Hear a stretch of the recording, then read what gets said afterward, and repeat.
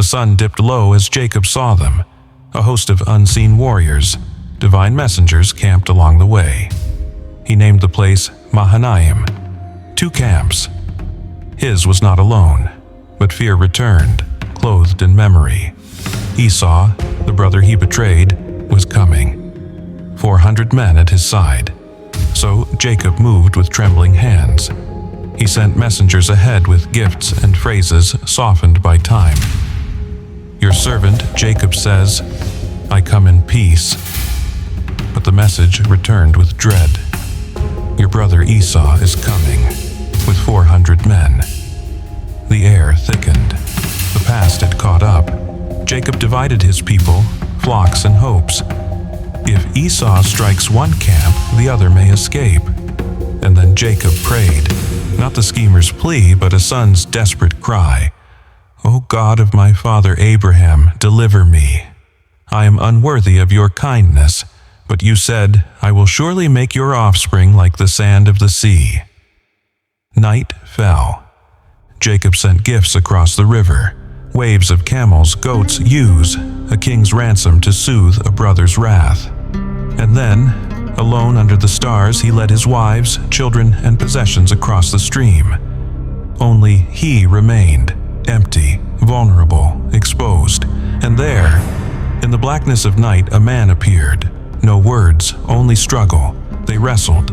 Dust clung to sweat. Muscles trembled. Time unraveled. Was it an enemy, an angel, God? Jacob would not let go, not until the man struck. A touch to the hip that shattered his strength. But still, he held on. Let me go, said the figure, for the day breaks. I will not let you go unless you bless me. What is your name? Jacob. Not anymore, came the answer. Your name is Israel, because you have struggled with God and men and have prevailed. And then he blessed him. The figure vanished, and Jacob, limping and forever changed, named the place Peniel. For I have seen God face to face, and yet my life was spared.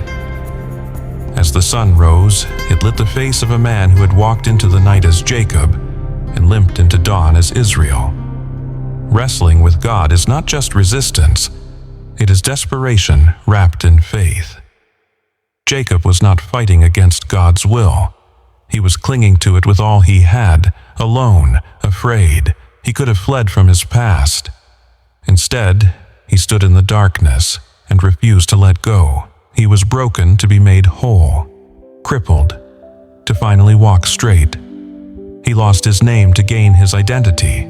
Jacob, the deceiver, became Israel, the one who contends with God. This chapter is not about victory over God, it's about surrender through struggle, a fight that bruises us into becoming. How many of us wrestle in the night with guilt, fear, consequences?